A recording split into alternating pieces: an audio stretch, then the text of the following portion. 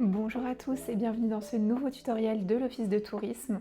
Aujourd'hui, nous allons voir comment accueillir au mieux les près de 250 000 cyclotouristes que nous accueillons sur le territoire du Grand Chalon chaque année.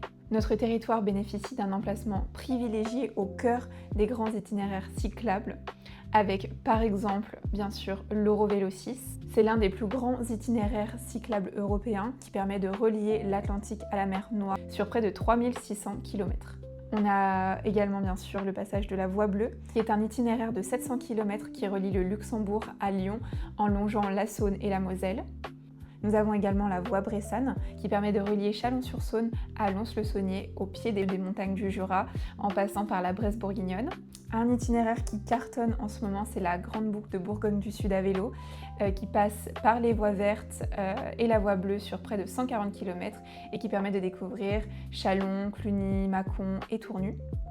Et enfin, nous avons également le passage du Tour de Bourgogne, un itinéraire de près de 700 km au fil des canaux et des voies vertes pour découvrir la Bourgogne et toute sa richesse. Donc comme vous l'avez constaté, nous avons de quoi accueillir de nombreux cyclotouristes et nous allons voir pourquoi c'est intéressant de les recevoir.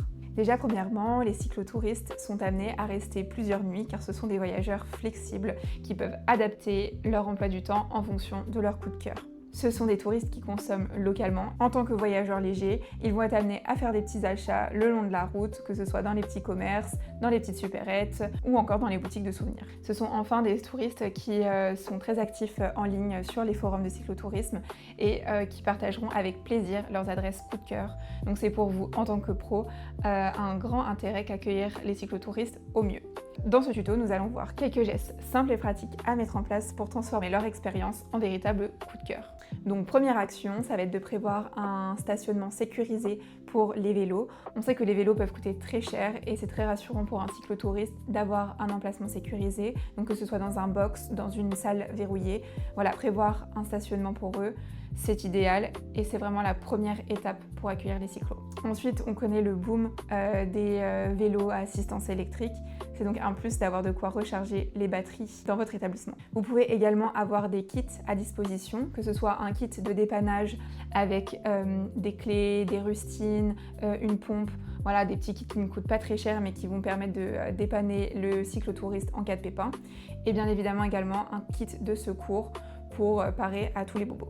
Un geste qui ne coûte pas grand chose mais qui peut être très significatif, ça va être celui de remplir la gourde du cyclotouriste.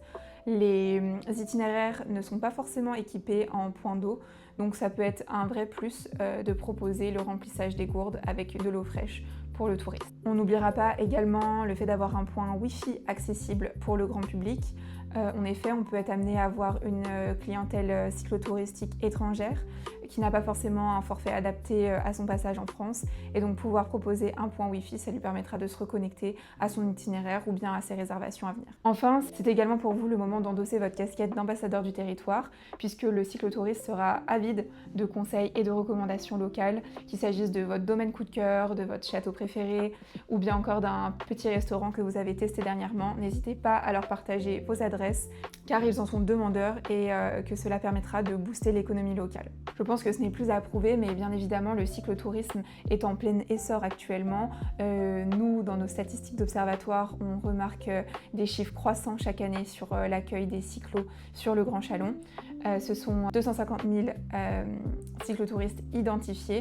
Donc voilà, nous sommes vraiment en mesure de dire que c'est une tendance qui se confirme et qui va bien sûr se développer dans les années à venir. Si vous avez envie d'aller plus loin dans l'accueil des cyclotouristes, si c'est vraiment une clientèle que vous visez particulièrement, vous pouvez également envisager le label Accueil Vélo.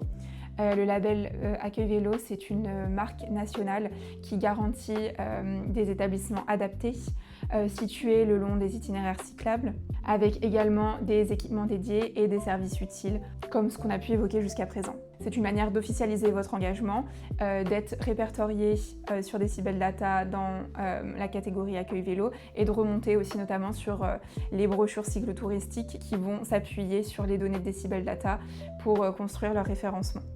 Être labellisé Accueil Vélo, ça va être, on va dire, un gage de confiance supplémentaire pour le cyclotouriste de choisir votre établissement plutôt qu'un autre. Donc si bien sûr vous avez des questions, que ce soit sur les démarches pour passer accueil vélo ou sur les quelques gestes que vous pouvez mettre en place pour les aider, n'hésitez pas à nous contacter en tant qu'office de tourisme et nous on se fera un plaisir de vous aider. Et puis en attendant, bonne balade sur les routes de la Côte Chalonnaise et à très vite.